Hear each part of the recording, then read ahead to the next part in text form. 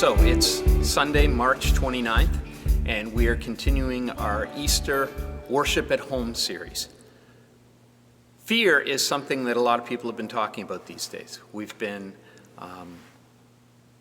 challenged to not be afraid, and yet, let's face it, every day there's new things that come along. And fear is something that we all respond to differently. I personally am not into scary movies. I don't like them. When I'm at home and something like that comes on TV, I'm the throw cushion type. Get the throw cushion, put it in front of my face, and hide behind it until whatever is scary is gone.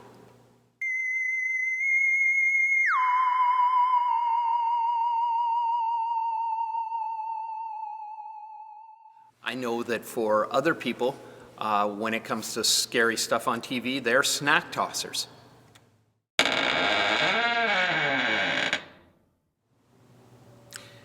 And then there's a technique that I've developed occasionally, and that is the pretend that you're distracted by the pet. So, it would be a case of walking the dog. Hey Lola, you want to go for a walk? Let's go for a walk. Whatever the case, fear is something that can overtake us. It's something that can be overwhelming and can do us in. But it doesn't have to be that way. One of the things that we want to talk about this morning is how we cope with fear and some ways in which the disciples learned to cope with fear because, admittedly, they were in a very difficult situation. In the days leading up to Jesus' crucifixion, they were increasingly aware that things were not going to be the same again. And where they were headed was frankly a big unknown and really scary. In the passage that we're looking at this morning, we see Jesus speaking to the disciples to set the scene. It's the Last Supper. The disciples are celebrating the Passover meal, but none of them felt like celebrating. It was scary, and they needed reassurance. Let's look at John chapter 14, verses 1 through 4. So, Jesus is speaking, and he says, "Do not let your hearts be troubled. Trust in God, trust also in me. In my Father's house are many rooms. If it were not so, I would have told you. I'm going there to prepare a place for you. And if I go and prepare a place for you, I will come back and take you to be with me, that you may also be where I am. You know the way to the place where I am going." You ever had someone, when you're afraid, try to comfort you and tell you that everything is going to be okay? And you hear them, but in the back of your mind, you're thinking, yeah, thanks, but it's not helping.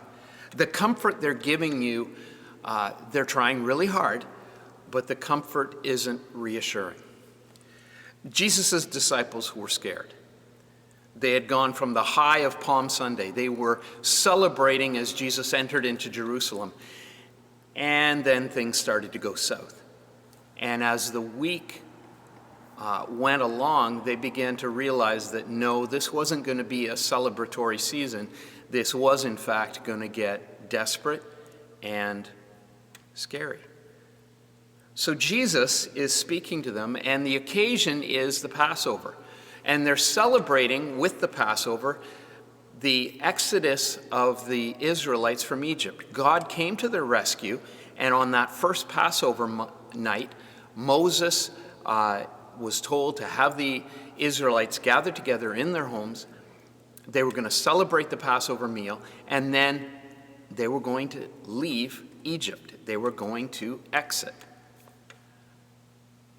And as the Israelites had celebrated that down through the years, it became, I wouldn't say perfunctory, but it had a backward-looking view to it. What Jesus did with this Passover meal that they were celebrating at the Last Supper was very much forward-looking. So Jesus looks at them and he says, "Do not let your hearts be troubled." I love the way the Message says this. Don't let this throw you. In effect, Jesus is saying, let's all take a deep breath, slow down, and this is going to be okay. When someone tells you to take a deep breath, you know that they're not done talking. They're telling you to take a deep breath, but what they're asking you to do is, okay, calm down and listen. Because what they're about to say next, you need to hear. Jesus has their attention now, and what he says next is either going to fall flat or it will give them the reassurance they need, and their hearts will stop being troubled. So he has their attention. What does he say? Well, what he says is, trust in God, trust also in me. It's pretty simple, but yet pretty profound. What Jesus was telling them is that they trust in God. Of course they do. You know, they're good Jewish boys. They trust in God. But he's also telling them in the same breath to trust in him. Equal weight and, in effect, equal result. And what he's saying is not just a suggestion. In the Greek, trust is given in the imperative sense. So what he's effectively doing is saying, you will trust in me. I'm telling you to. It's a command. And because Jesus has equated himself with God, the command to trust in God and trust in him sends the message that both are equally trustworthy. As good Jewish people, of course, those disciples trusted God. But Jesus was saying, as you trust him, you can equally trust me. And the command is to do that. You know, as a thought that went along with it, there's a parallel here. On that night when they celebrated the first Passover, the Jewish people had to trust, the Israelites had to trust God, because what came next was largely unknown to them. They were understanding that they were going to be getting out of Egypt, but what in the world did that look like? Trusting in God was an imperative. And now here the disciples are, all those years later, celebrating the Passover, and Jesus says, trust me. Where we're going next is going to be okay. Where I'm taking you, you can trust me to see it through. That comfort is very real. But then Jesus continues talking, and he begins to lay out, in essence, what that future is going to look like and what it's going to entail. And let's consider those verses again. So he says to them, trust me, but then he says, in my Father's house are many rooms. If it were not so, I would have told you. I'm going there to prepare a place for you. So the future message that Jesus is sending to them is, I'm leaving. But my destination is to prepare a place for you. And then he follows that up by saying, and if I go and prepare a place for you, I will come back and bring you there. That way you can be where I am. You know, it's funny. We take journeys all the time, don't we? And Jesus is identifying that he was shaping their future, and that future was going to involve a journey with an end destination in mind. When he's talking about that, he's saying that the future that is being laid out for them will have a heavenly destination, and it will involve a place that is prepared specifically for each one of them. And that's a pretty incredible journey. What it was going to look like? Well, they would see that unfold as the years took place, much like the Israelites saw their journey out of Egypt unfold as well as they went to the Promised Land. Destinations and journeys always have twists and turns to them. When I was a kid, our family literally did the Sunday afternoon drive thing. We would go on all kinds of adventures. We would see waterfalls. We would go up into Blue Mountain and all around the hills, the scenic caves, all of those kinds of spots. And it was very entertaining. That was the goal. But in the midst of all of the entertaining and seeing the different sights, us kids would begin to get a little nervous. Because you see, for us, we'd never been here before. We'd never been to those places. We had never seen those sights. Part of the adventure was to go on roads that we had never been on. And along the way, for us, the journey began to get a little disorienting, and frankly, we began to get concerned that we were lost.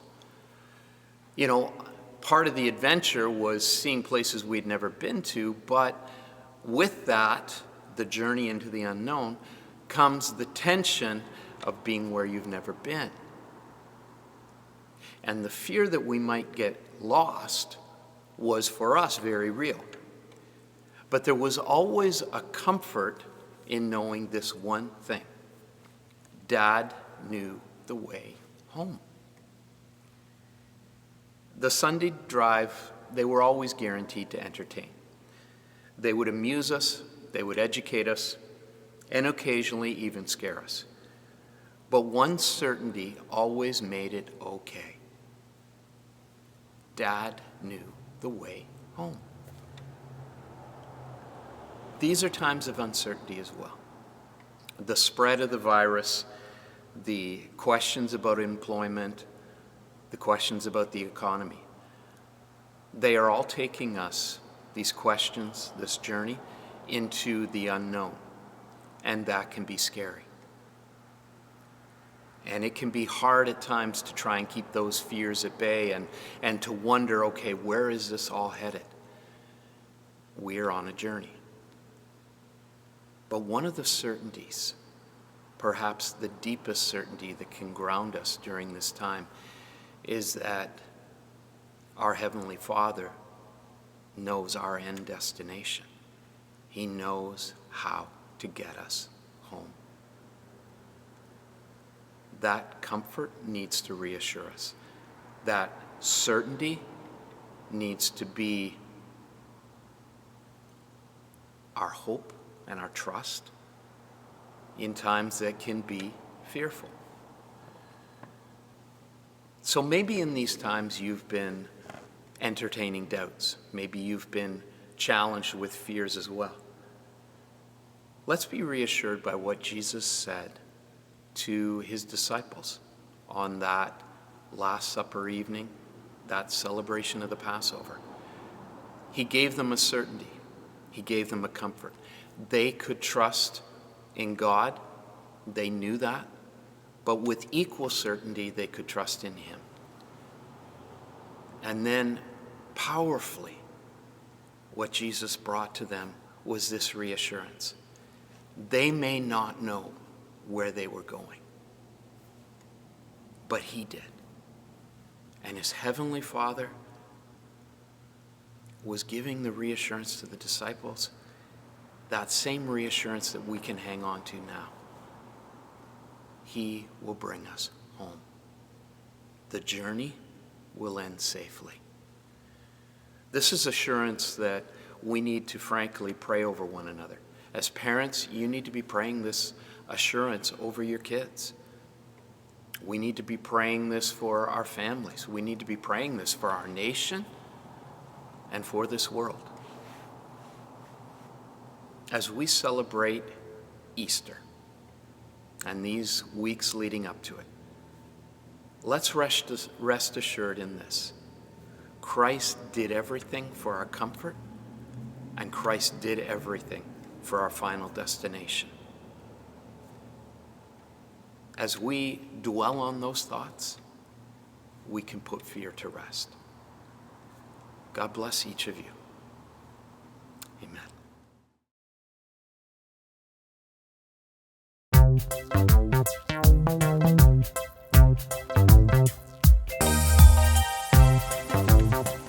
I'm cold.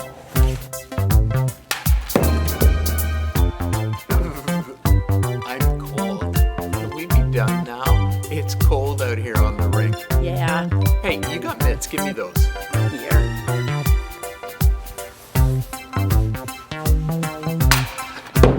Can we be done now? Cindy, can we hurry this up? I'm freezing. So let me take this down for a sec.